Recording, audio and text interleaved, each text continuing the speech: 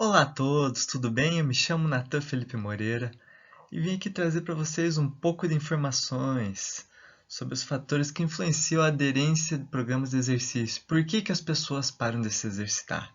Lembrando que esse vídeo aqui é para fechar a disciplina de medidas e avaliações físicas do professor Raul.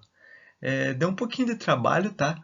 Eu fiz um compilado com notícias e artigos científicos e tentei é, trazer alternativas para essas pessoas, assim, porque é fácil a gente fazer apontamentos, trazer no papel ali motivos, né, que acabam fazendo com que as pessoas abandonem o exercício físico, o porquê que elas estão fazendo, né, também, que é a motivação.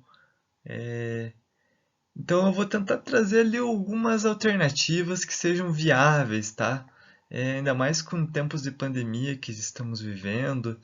É, Alguns artigos aqui são um pouquinho mais antigos, né? Mas traz um parâmetro do que a gente acaba vivenciando nas academias, no nosso dia a dia como profissional de educação física. Então, um pouco de experiência própria ali, que fala sobre algum dos fatores que motivam a desistência, e um pouco também é o que a gente vê nas notícias, vê nos artigos científicos. Então eu espero que vocês gostem bastante, tá? É, Deixem um joinha no final do vídeo de vocês que vai ajudar bastante. Beleza? Vamos lá? Então a gente começa falando sobre a inatividade e o sedentarismo, que é um fator bem importante quando a gente fala de programas de exercício, porque geralmente a gente vai fazer esses programas de saúde justamente voltado para pessoas que têm interesse em começar uma atividade, se mexer. Então a gente precisa ter uma noção de quem é o nosso público. Segundo o IBGE, 40% dos adultos são considerados sedentários no nosso país. Então, é um número bem considerável, né?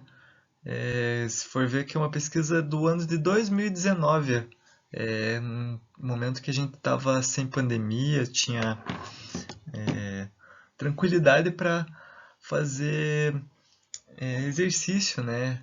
Em determinados locais. E isso agravou um pouquinho depois da pandemia, que segundo um levantamento da Fiocruz, com 44 mil brasileiros, 60% são sedentários. Não fazia nenhum tipo de exercício logo depois que começou a pandemia. Então, é de se pensar a respeito, né? E segundo o Instituto Ipsos, o Brasil ficou em segundo lugar dos países mais sedentários. Então era um levantamento que tinha 29 países, a gente ficou só à frente do Japão. Então, um dos principais motivos, fatores que estava agregado para a gente estar nesse ranking negativo era a preguiça. Então eles estavam falando de que os brasileiros têm muita preguiça em fazer exercício.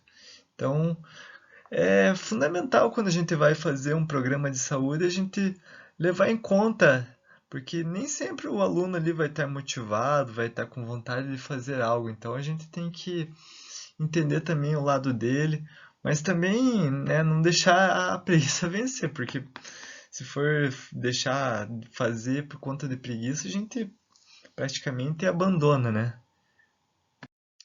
E qual que é a importância da gente vencer esse sedentarismo, a inatividade? Porque assim, a gente fica muito mais suscetível a riscos de saúde, complicações que possam vir a ter. Então, por conta de a gente não ter como posso falar, essa atividade física ali, é muito provável que a gente possa desenvolver diabetes, pressão alta, obesidade e até mesmo depressão. Então, para a gente sair desse sedentarismo é fundamental, porque diversas doenças estão agregadas a isso, são dados que foram trazidos pela OMS. Então, É preocupante quando a gente tem um índice alto de sedentarismo no nosso país, né? Não só no país como no mundo. Então a gente precisa vencer, precisa achar alternativas.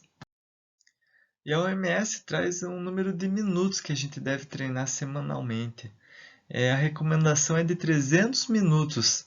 Então isso aí gira em torno de 1 hora por dia se você for trabalhar só 5 dias na semana. Então é um tempo relativamente pequeno, né, que vale a pena, que vai evitar diversas doenças já mencionadas. Então, se você for fazer ali uma caminhada, uma corrida assim de intensidade moderada, já é o suficiente para evitar, né, diminuir os riscos que você possa vir a desenvolver essas doenças. Mas a gente precisa também entender o que são os programas de exercício, porque assim, é, cada pessoa tem uma necessidade, tem uma demanda. Uns buscam emagrecimento, outras buscam hipertrofia, então treinamento esportivo.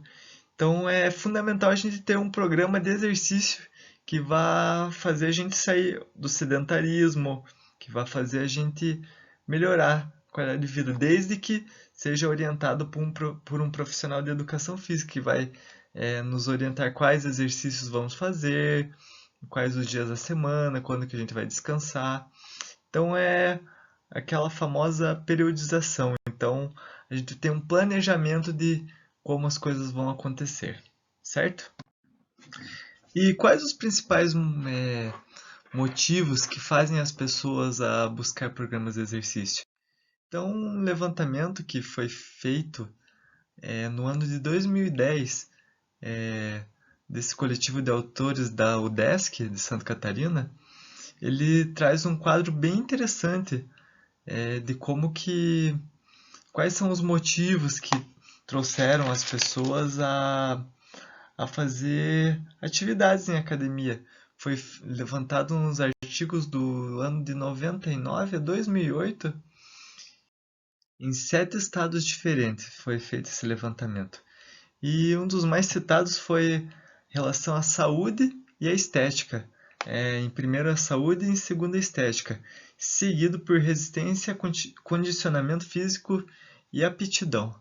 Então é interessante, né? O porquê das pessoas vão buscar, porque a maioria aqui, se for ver dos estados aqui, a gente vê primeiro a estética e depois a saúde, ou vice-versa. Mais para frente a gente vai discutir isso. Em um artigo feito pela Luciana Moreira Moraes, ela traz para a gente uma entrevista feita em 80 alunos, né, a partir de 25 anos de idade no Distrito Federal. Ela foi feita no ano de 2015 e ela traz aqui um dado interessante também, que o que faz os alunos buscarem atividades em academia estão relacionados à estética e à saúde, qualidade de vida, né? Que nem no artigo anterior. Então, muitos aqui ainda empata a estética com a qualidade de vida, mas no artigo anterior a gente pode observar que a estética estava prevalecendo.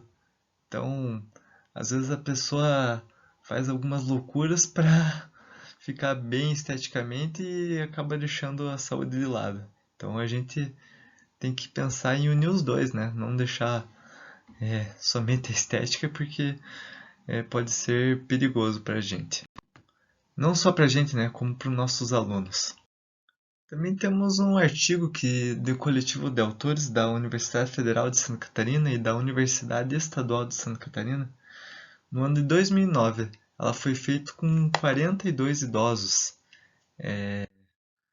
Então, o programa de saúde de exercícios, né, que eles aderiram, eles buscavam, a motivação principal era a saúde, em segundo, o prazer pela prática, e por último, a sociabilidade.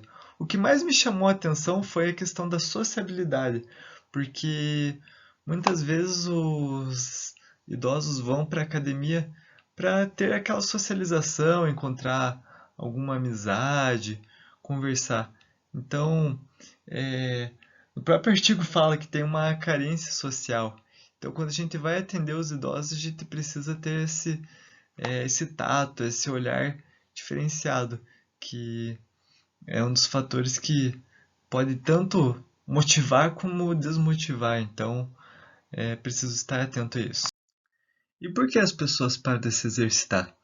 Naqueles mesmos artigos, traz alguns levantamentos interessantes também que ajuda a gente a refletir, porque muitas vezes a gente quer entender o que motiva, mas o que às vezes desmotiva o seu aluno.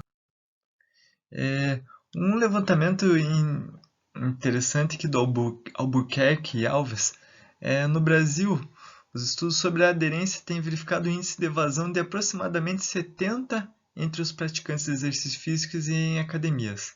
O que isso quer dizer? De cada 10 alunos, 7 acabam desistindo. Então, algum desses fatores que eu vou citar agora acaba desmotivando nossos alunos. E as desmotivações que fazem os alunos acabar desistindo das atividades nas academias. Primeiramente, o da UDESC, que já citamos antes, né, do coletivo de autores, do ano de 2010, está atrelado à falta de tempo, preguiça e falta de motivação e a distância dos locais. Também foi mencionado o custo da mensalidade.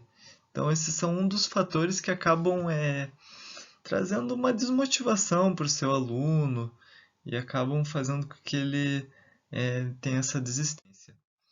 Já a Moraes trouxe também que desses alunos que tinham feito, estavam participando, os 80 alunos que estavam participando do estudo, nunca desistiu, tem uma boa parcela aqui de 26%, mas aqui aparece de novo como fator principal a preguiça e a desmotivação e a falta de tempo. Então é outro fator que acaba se repetindo. Então quando a gente vai programar nossas atividades, a gente tem que pensar que às vezes a falta de tempo, que o aluno pode ser planejada, pode ser remanejada, né? Alguma atividade do seu dia para encaixar, porque é importante que nosso aluno se exercite, que ele tenha uma qualidade de vida melhor. Então, às vezes é a lista de prioridade do que esse aluno necessita. Então, é fundamental pensar nisso. E como que a gente pode tornar esses programas de exercício mais acessíveis? Porque a gente apontou aqui alguns fatores motivacionais e desmotivacionais, mas a gente tem que entender que, sim, esse pós-pandemia, a preocupação vai ampliar, segundo o jornal O Tempo. Então, no artigo aqui na notícia, ela fala a respeito que o perfil das pessoas que estão buscando melhorar, aprimorar a saúde, tem mudado. Então há uma necessidade nesse pós-pandemia das pessoas se exercitarem. Elas estão buscando mais exercícios e tem diversas alternativas, diversos meios. Um dos meios que eu posso citar são os aplicativos fitness, né, que envolve um pouco de nutrição, envolve preparo de treino esportivo. É claro, sim, que isso não que nunca, mas é difícil substituir o profissional de educação física. A gente precisa ter aquela orientação, a gente precisa ter uma correção do movimento. Então, assim, esse artigo foi tirado da Forbes, né? Da revista Forbes. Então, eu acredito assim que não o profissional de educação física não vai sumir desse meio, mas deve se adequar, ele deve entender essa lógica do mercado, porque se a gente ficar restrito somente à academia, muita gente ele não tem, como apontou os artigos anteriores, mesmo sendo de 2015, né, ali o mais recente, muitos não têm tempo para poder treinar. Então, a gente tem que entender que a gente tem que fazer essa consultoria, pode orientar o nosso aluno a buscar o exercício ali, pode fazer uma videochamada, pode, é, não sei, talvez fazer ali uma prescrição de exercício que envolva os móveis, ou até mesmo tem aluno que acaba comprando é, equipamentos, né, para facilitar a sua vida, porque com a chegada da pandemia, muitos ficaram assim meio receosos de ir para academia, não só ir para academia, mas acabou acostumando de treinar em casa, porque treinar em casa acaba sendo mais cômodo, né? A gente acaba tendo como posso falar? A gente acaba tendo uma dinâmica mais rápida, porque a gente chega do trabalho e acaba chegando cansado e tal. Então a gente, às vezes, ir para academia acaba sendo algo meio chato, né? Que nem o Rojas aqui, ele fala que a academia, quando está em torno de 3 km ou do trabalho ou da casa, faz a gente ter uma disponibilidade maior assim, de treinar. Então é fundamental o profissional também se adequar a essa demanda. E até porque se a gente fizer dar um Google rápido aqui, a gente encontra aplicativos de exercício. Tem diversos sites aqui falando sobre quais são os melhores aplicativos, quais são os gratuitos. Então é muito importante o profissional estar atento a essas lógicas do mercado e não ficar para trás, porque se ficar esperando o aluno cair do céu, vir atrás dele, vai acabar deixando de não só faturar o dinheiro, mas talvez de melhorar a vida de algum aluno, né?